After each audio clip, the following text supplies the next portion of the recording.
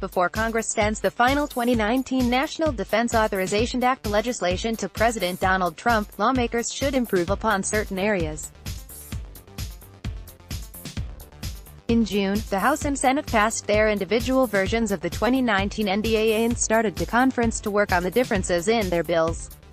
While both versions have laudable provisions, there is also room for improvement.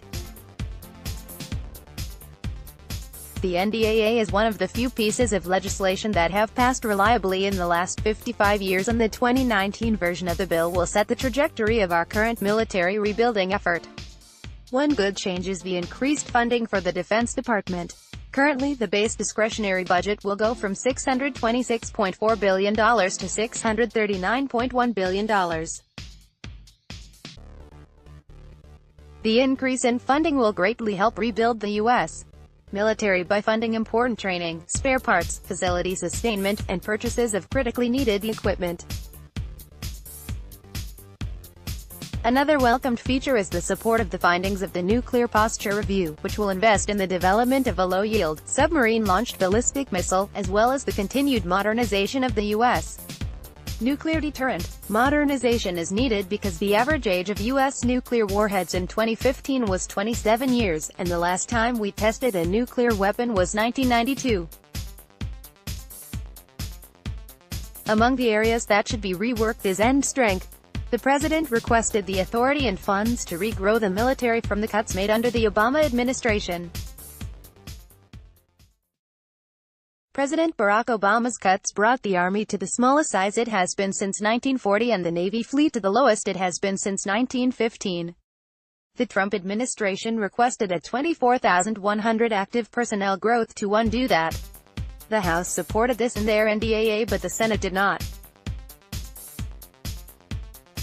The Senate wants to only increase the active personnel by 15,461 instead of 24,100. Each of the service chiefs have testified that their current force is too small to meet the demands of our national defense strategy. It is important we make sure the active force receives its full personnel request. Another thing that needs to be changed is the procurement number of littoral combat ships, LCS. The Navy requested 1 be made in 2019, but the House added 2, totaling 3 for the year. The Senate, on the other hand, want more information on the program before committing. The goal should be the procurement of 2 in 2019, which would be enough to accurately fill the shipyards. Further, the President did not request the next round of base realignments and closures, BRAC. Nonetheless, as recently as 2017, the Pentagon identified BRAC as the single reform that carried the greatest potential for monetary savings, totaling as much as $2 billion annually. The House version of the bill contains provisions for small base closures when state and local officials agree.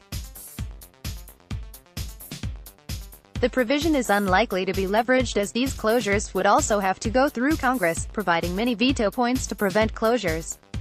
The Senate version prohibits BRAC entirely. BRAC is the best currently available mechanism for the Pentagon to manage their real estate and to cut unnecessary spending. Congress should use recommendations previously outlined to mold the next round of BRAC.